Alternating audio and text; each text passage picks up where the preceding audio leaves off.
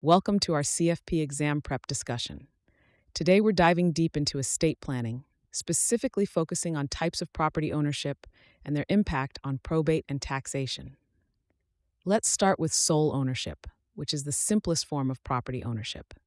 When you own property solely in your name, you have complete control over it during your lifetime.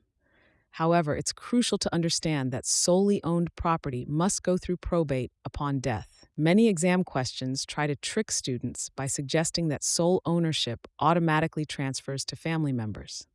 Remember, without proper estate planning documents, solely owned property follows state intestacy laws. Moving on to tenancy in common, which is often tested on the CFP exam. In this arrangement, two or more people own undivided interests in the property. Each owner can have different percentage interests and can sell or transfer their share independently. A common mistake students make is assuming that when one tenant in common dies, their share automatically goes to the other owners. This is incorrect. The deceased owner's share goes through probate and passes according to their will or state law. Joint tenancy with rights of survivorship, or JTWROS, is frequently tested and often confused with tenancy in common. The key distinguishing feature is the right of survivorship. When one joint tenant dies, their interest automatically passes to the surviving owners, avoiding probate. The exam often includes questions about breaking JTWROS. Remember that any joint tenant can unilaterally sever the joint tenancy by transferring their interest to someone else, converting it to a tenancy in common. Tenancy by the entirety is a special form of ownership available only to married couples in some states. It provides strong creditor protection and includes automatic rights of survivorship. Students often forget that this ownership type automatically terminates upon divorce. The exam might present scenarios where a couple divorces, and you need to identify how the property ownership changes. Community property deserves special attention as it's a frequent source of exam questions.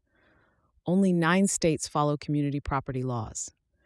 Under this system, most property acquired during marriage is owned equally by both spouses, regardless of whose name is on the title. A major tax advantage of community property is the double step-up in basis at death. Both the deceased spouse's half and the surviving spouse's half receive a step-up in basis to fair market value. Here's a critical concept that often appears on the exam. When property is held as community property with right of survivorship, it combines the equal ownership features of community property with automatic survivorship rights.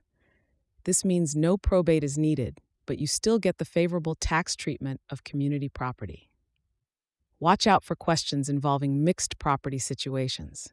For example, if a couple moves from a common law state to a community property state, or vice versa, the property classification can become complex. The exam might test your understanding of how property retains its character when couples move between states. The most common mistake students make is not considering the tax implications of different ownership types. Remember that JTWROS and tenancy by the entirety avoid probate but don't provide any special tax advantages. Community property, however, offers significant tax benefits through the double step-up in basis. Understanding these distinctions is crucial for success on the CFP exam. Practice identifying scenarios where changing ownership types might benefit clients from both probate avoidance and tax perspectives. Remember to always consider both the control aspects during life and the transfer implications at death when analyzing property ownership questions.